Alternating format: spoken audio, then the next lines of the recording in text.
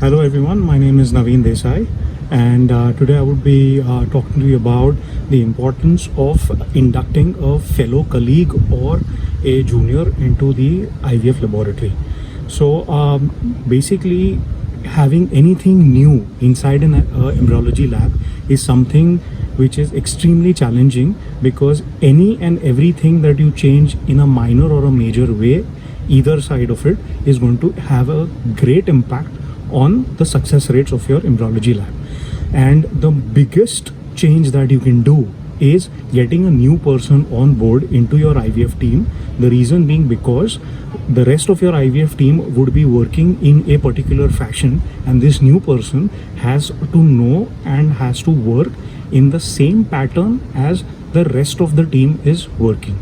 So that is why it is a critical requirement for you to make him or her acquainted with the exact standard operating procedures that the rest of the team members are working with. That is why the induction, be it for an experienced person or be it for a new budding embryologist, has to be almost similar, maybe a little bit lesser for an experienced embryologist, from the point of view of having hands-on training. Okay, so by this what I mean is, for example, for a newly joining embryologist, you would basically have a set of more observational, say, tasks as against immediately putting that person on a hands-on, say, live case. Whereas for an experienced person, you might give him or her some few observational days, after which he or she can then start supporting your team to contribute and basically reduce the workload of the rest of the lab.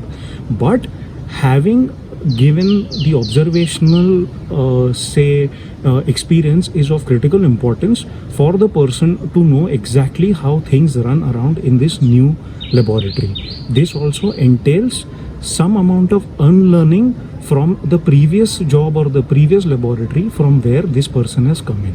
So joining of a new embryologist into the team is very, very critical, and please ensure, no matter how much the experience or what, say, job profile, by job profile I mean designation, this particular embryologist joins in. He could be a peer at the same designation, or maybe sometimes a superior designation as well.